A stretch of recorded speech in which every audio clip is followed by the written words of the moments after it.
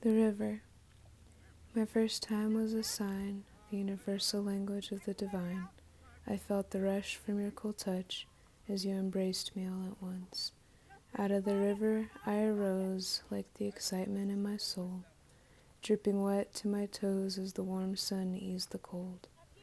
From that moment thereafter, beginning a new chapter, I knew what I had to do. Listening to the wisdom of the wind, I whispered back, I trust you. You bestowed direction and showed me the way. You provided water to wash away the paint. The rocks you gave that laved my brushes, your generous nature, gifts of abundance. Names, we call you many, all translating the same verity. Faces, you're ever-changing, all concealing the same entity. With every stroke of paint, I tell your story, just as my ancestors have before me. One perceives what one believes. What is it that you see?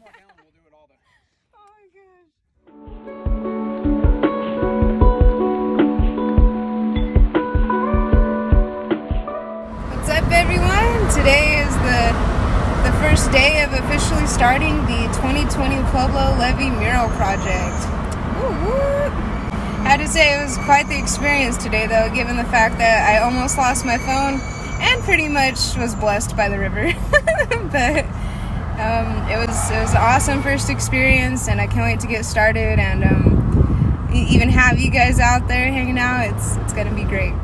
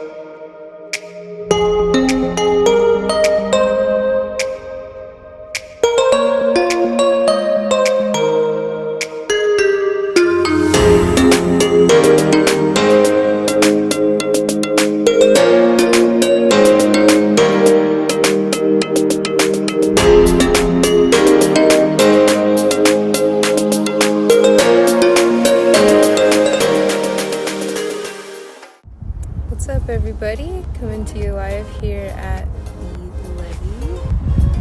It's coming along pretty nicely so far. I have to say I'm pretty happy with the progress for day 5.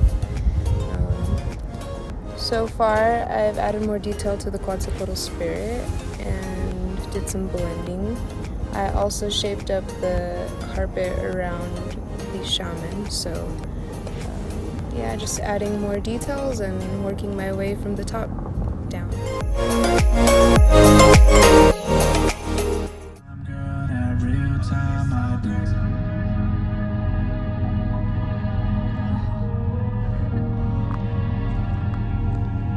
Just getting started on the highlights, and oh my gosh, I'm so excited.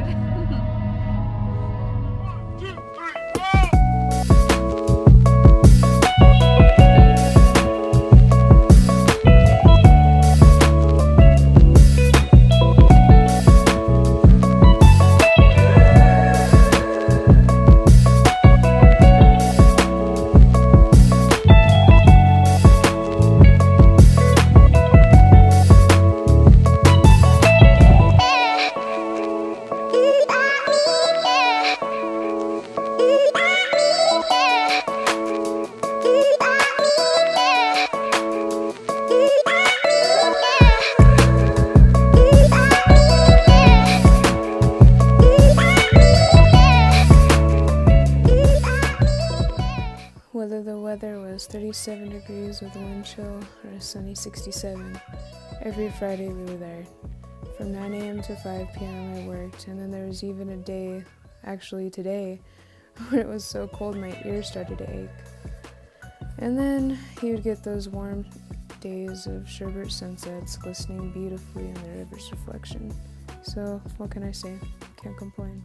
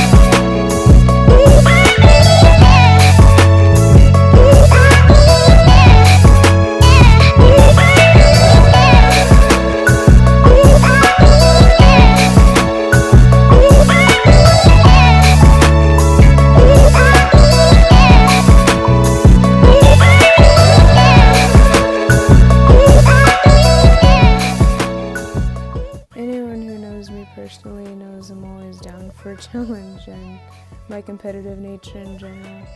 But there are a few reasons why this has been my most challenging project so far. With this only being my second mural project that I've ever done, the first would be the experience itself. I never painted on a levee before, so I had to learn the ropes. The second reason I'd have to say is perspective and scaling the design. You can't necessarily back away from it like a normal mural, so scaling and subject placement must be on point. The last and biggest challenge for me was obviously the 45-degree angle that I was working at. But what can I say? The angle is what makes the levee unique.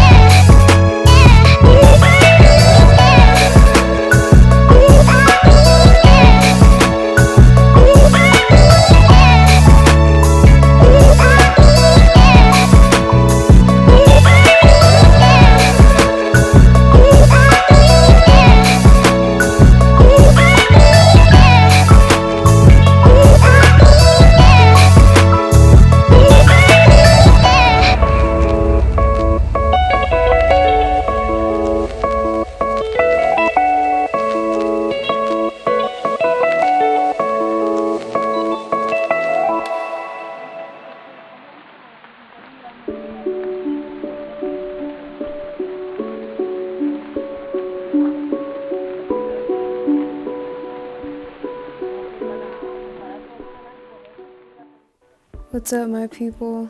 I just want to say thank y'all for tuning in, and special thank you to those of you that have stuck around to watch the video for this long. You know, I really appreciate you guys, and your love and support means everything to me.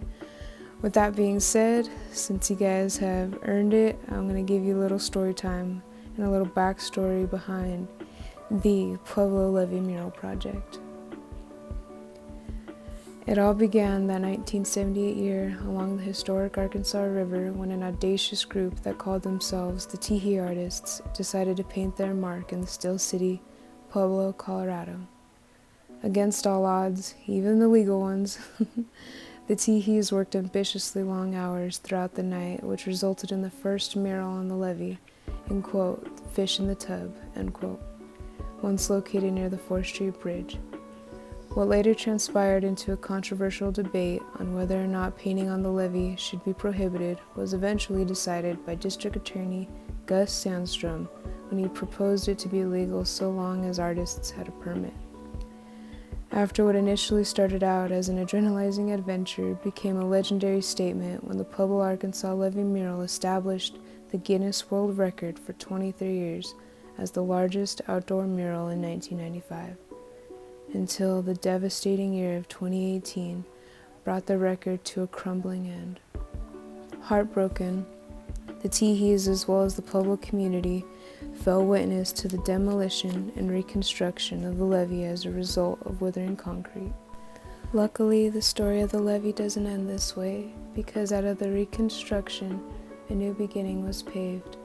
That's actually why I'm here, to help restore what once was, once more.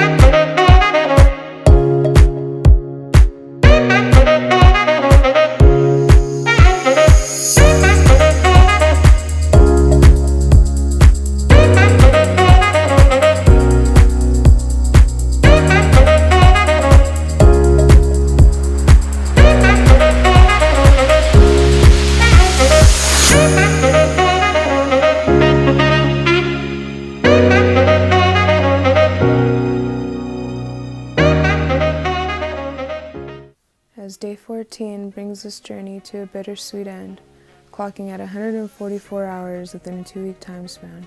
I couldn't feel more accomplished than I do right now. Thank you guys so much for subscribing to the journey. I couldn't be more grateful to have you going through it with me. And if you haven't already, don't forget to like, subscribe, and share this experience with your bestie if you're loving the adventure so far. See you Celestials in next week's episode.